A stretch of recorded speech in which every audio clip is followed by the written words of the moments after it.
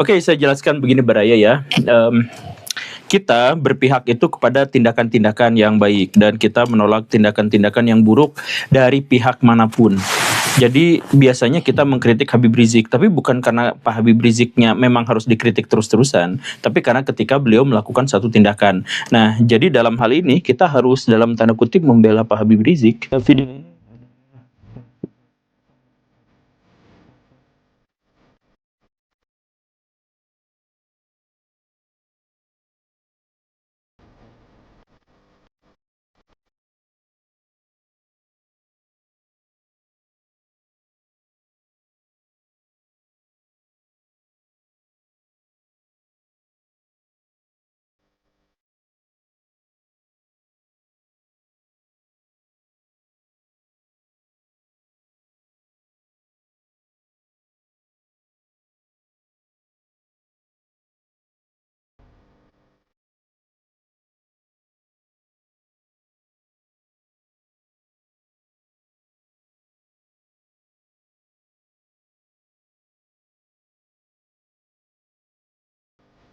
video ini adalah klarifikasi atau lebih tepatnya rangkaian dari sekian banyak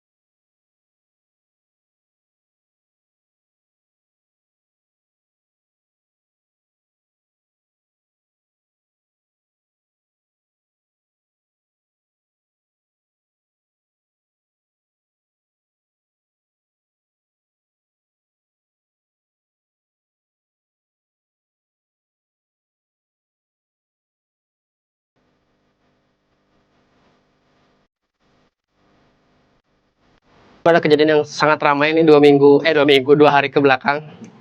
Apa? Saya lihat ini di tag cukup banyak di TikToknya Guru Gembul. Sebentar saya tunjukkan. Pengajian tokoh Front Pembela Islam Habib Rizik di Desa Pegundan, Kecamatan Petarukan, Pemalang berujung ricuh di Kamis dini hari. Dua kelompok massa yang pro dan kontra terhadap kehadiran tokoh tersebut terlibat bentrok fisik hingga menyebabkan korban luka. Wah. Siap untuk menjaga ketenangan, siap menjaga kedamaian.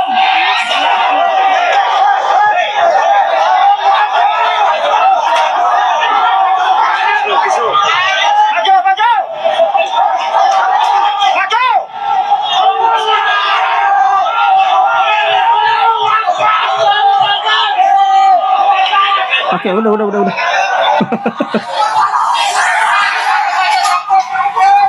Kembali ricuh Pak Guru. Iya, itu hitam putih ya, kayak main catur. Jadi aduh gini nih ya. Oke, saya jelaskan begini Baraya ya. Kita berpihak itu kepada tindakan-tindakan yang baik dan kita menolak tindakan-tindakan yang buruk dari pihak manapun. Jadi biasanya kita mengkritik Habib Rizik, tapi bukan karena Pak Habib Riziknya memang harus dikritik terus-terusan, tapi karena ketika beliau melakukan satu tindakan. Nah, jadi dalam hal ini kita harus dalam tanda kutip membela Pak Habib Rizik karena dia yang diserang ya. Iya, kan dia bikin acara, bikin pengajian, pakai baju putih-putih, terus diserang sama kelompok yang pakai baju hitam-hitam. Yang Wali Songo itu gitu ya. Nah dan sebagainya. Nah ini saya pikir yang Wali Songo ini yang harusnya menjaga diri begitu. Nah cuman ini tuh lucu juga pas tadi perang tuh ya. Kenapa? Iya, soalnya dua-duanya Allahu Akbar, jadi nggak tahu siapa yang Allahu Akbar gecerak. Iya, jadi dua-duanya teriak Allahu Akbar, tapi dua-duanya bersengketa. Nah, ini menunjukkan apa? Umat Muslim itu memang rapuh, mudah diadu domba, mudah diacak-acak gitu, dan tidak toleran terhadap keberadaan tokoh yang lain, pihak yang lain.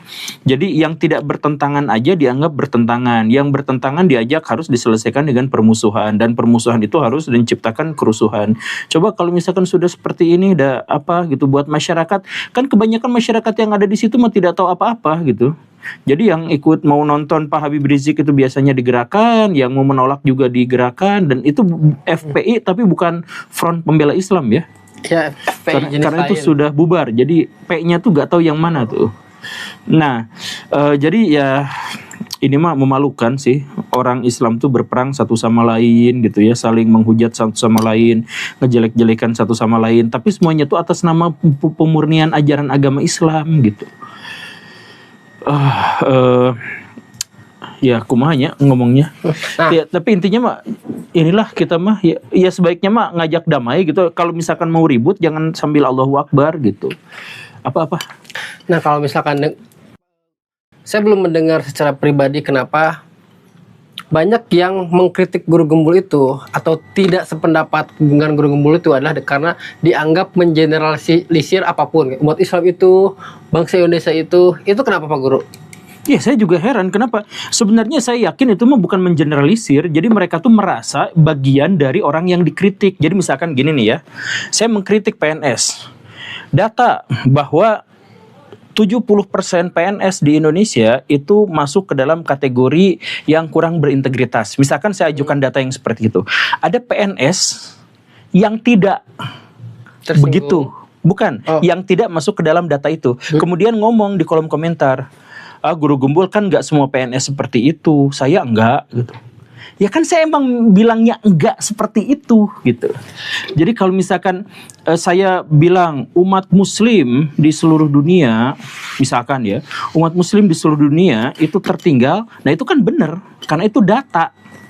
Datanya itu apa? Datanya itu adalah di seluruh dunia ada jurnal-jurnal ilmiah yang terakreditasi.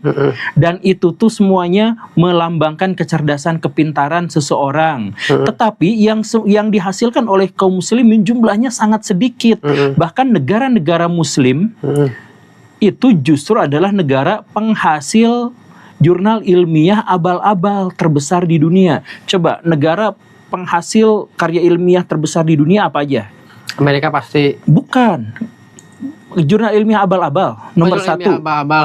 Kazakhstan, Indonesia, Kuwait, Saudi Arabia, Bangladesh, Pakistan, India. Nah, cuman India doang nih yang bukan muslim nih. Sisanya tuh yang muslim. Nah, ketika saya sampaikan itu bukan generalisir, itu memang data. Tapi kan ada ilmuwan yang baik, ya ada, tapi kasuistis gitu. Itu kasus per kasus. Kalau misalkan kita lihat data ya bukan mengeneralisir. Itu memang datanya seperti itu gitu. Nah, jadi yang harus kita lakukan adalah justru bukan menyangkal atau menutup-nutupi data itu. Please, jangan menyangkal dan menutupi data dan fakta. Siapapun yang menyangkal fakta itu tidak akan bisa memperbaiki keadaan. Jadi, oh ini memang fakta, ya udah kita akui, kemudian kita perbaiki. Kita bikin jurnal yang bagus, kita bikin penelitian yang bagus, kita bikin ekosistem pendidikan yang bagus, kita bikin atmosfer akademis yang bagus, ya begitu. Bukan capek-capek menyangkal. Nah, cuman ya itu, saya tuh apa ya?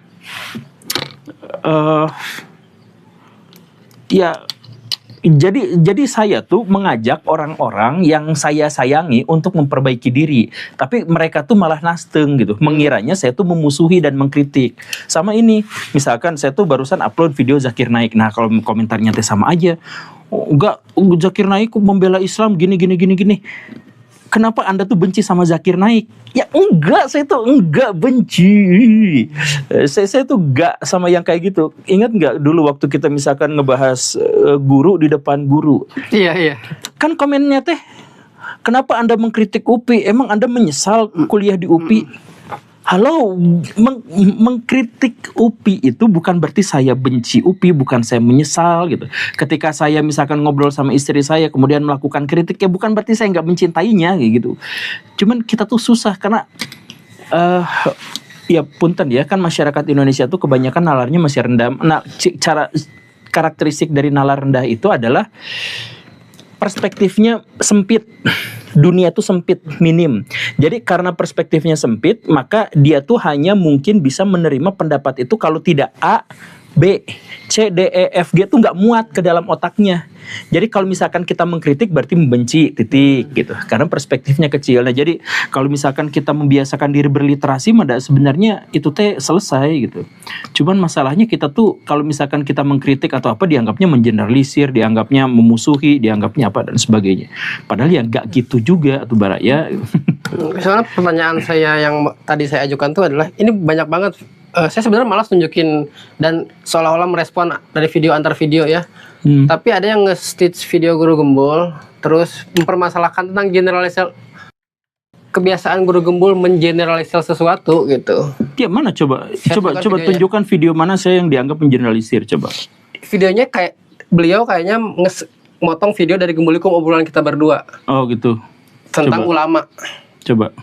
Raja Baraya, Baraya juga. Atau jangan percaya dengan yang model beginian, ya ngomong ilmu agama tapi bukan di bidangnya. Rasulullah udah mengatakan dari awal, idza wusidal amru li ghairi ahliya fantadri saat. Jika perkara itu diletakkan pada mereka yang bukan pada ahlinya, maka tunggulah kehancuran. Kita itu beragamanya dengan cara yang palsu. Itu benar. Kalau kita beragama dengan agama yang palsu nggak boleh. Tapi kan Baraya nggak bisa juga tuh ngejas kami setiap, mohon maaf. Kapan menjas? Enggak itu. Islam kelakuannya sama seperti itu. Kapan? Astagfirullah Pak Ustadz, ya itu.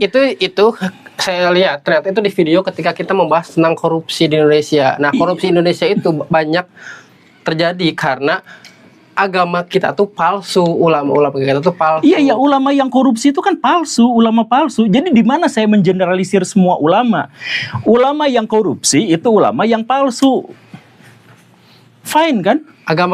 Indonesia banyak korupsi karena Islamnya palsu. Gitu. Iya, fine kan? Lalu di generalisirnya tuh di mana gitu? Tidak semua ulama katanya gitu. Ya memang tidak semua ulama, saya bilang yang korupsi. Tapi capek juga sih suka sama yang gitu nantinya.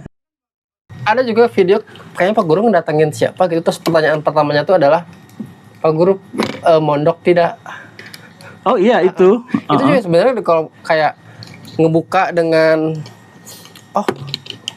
di komentar YouTube tersebut ya.